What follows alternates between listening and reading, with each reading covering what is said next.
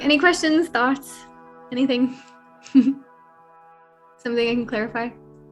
Thank you, Serena. That was just so powerful. That's probably the best explanation I've heard of the 12 stages. That just clicks in and makes sense and brings it into this reality and experiences I've personally had and have witnessed, and just really had the great privilege of being in the space. But I got to say that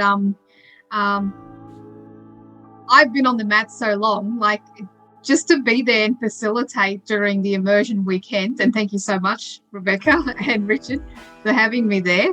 I felt there were moments where I was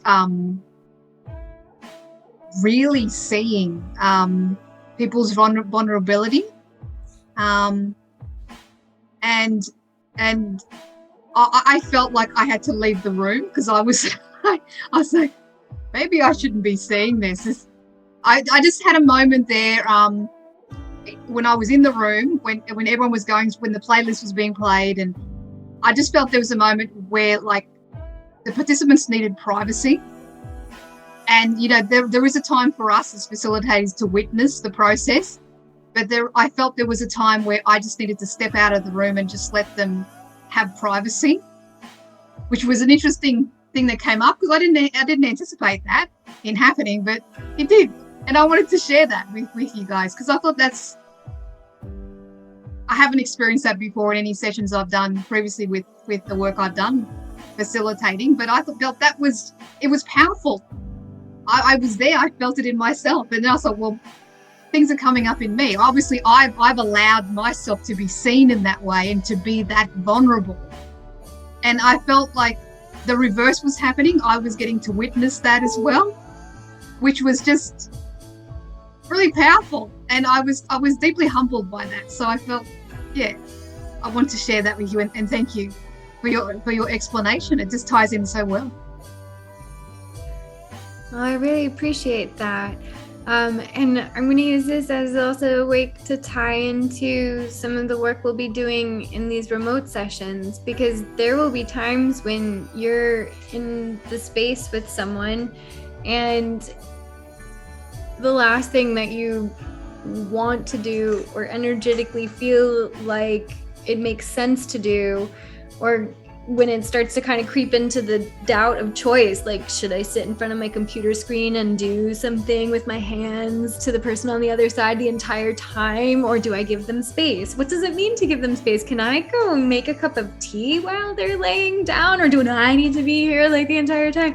So it's really interesting because I tell people, like, especially when we're doing the remote work, if you start to feel like you actually need to create distance and you don't know exactly why, but you feel guilty for leaving your screen, trust it, because there might be another part of this vulnerability that's coming through that's so much harder if you're not in the room with people, but that if you don't give yourself permission, you end up creating resistance in yourself, which makes it even harder to connect. So, like, I love that you take that moment to also just trust, like, this person needs space, or this whole room needs some space. So I usually, if I'm in a room and I know that's where we're at, I'll give myself permission to lay down for like those 5 minutes until I feel something shift. Or even when I'm doing the remote work and I am in that point when I'm like, they need to do this, and I can't actually be a visible observer of this right now. Like, the best way for me to honor that, which is moving, is to move away from my screen so that I can feel it, but I'm not over observing it.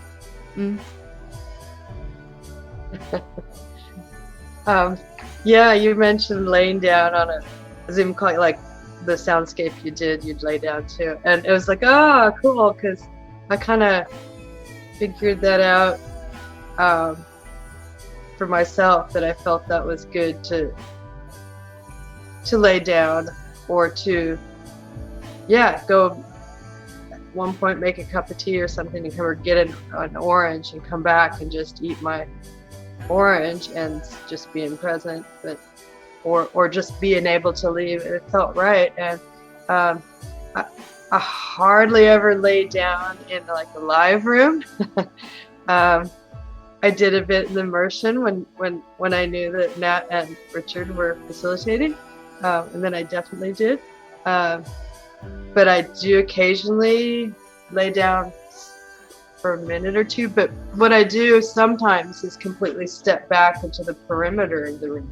I don't leave I haven't left a live room yet, but I've definitely, it's like just like gone to this back to the wall, and you know, sometimes I even close my eyes, and that's kind of new for me, closing my eyes when I sometimes go back to the wall. So I guess that's kind of like leaving the room, but not quite. Interesting to hear you say that too, because I've found, okay, that's fine, you know. Whereas the first time it ever happened, I was like, you know, so Yeah. I question it the first time. No, it's really good to give yourself permission for that within yourself in a space. Otherwise, we put too much pressure on ourselves to be responsible for everything, when sometimes we need to let the energy move. And if we try to take too much responsibility for it, it stops moving, or it would actually support us in that which is still moving us to be in the movement rather than trying to facilitate it, right?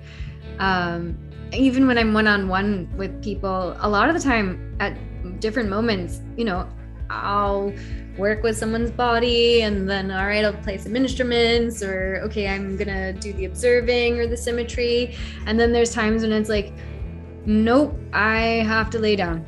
I have to either lay down next to them or like behind them, so our heads are near each other, but it needs to be equality. It has to right now. Like, there can't be the sense of, you know, something is different than what it is. It needs to come into that symmetry in an actual, very physical way.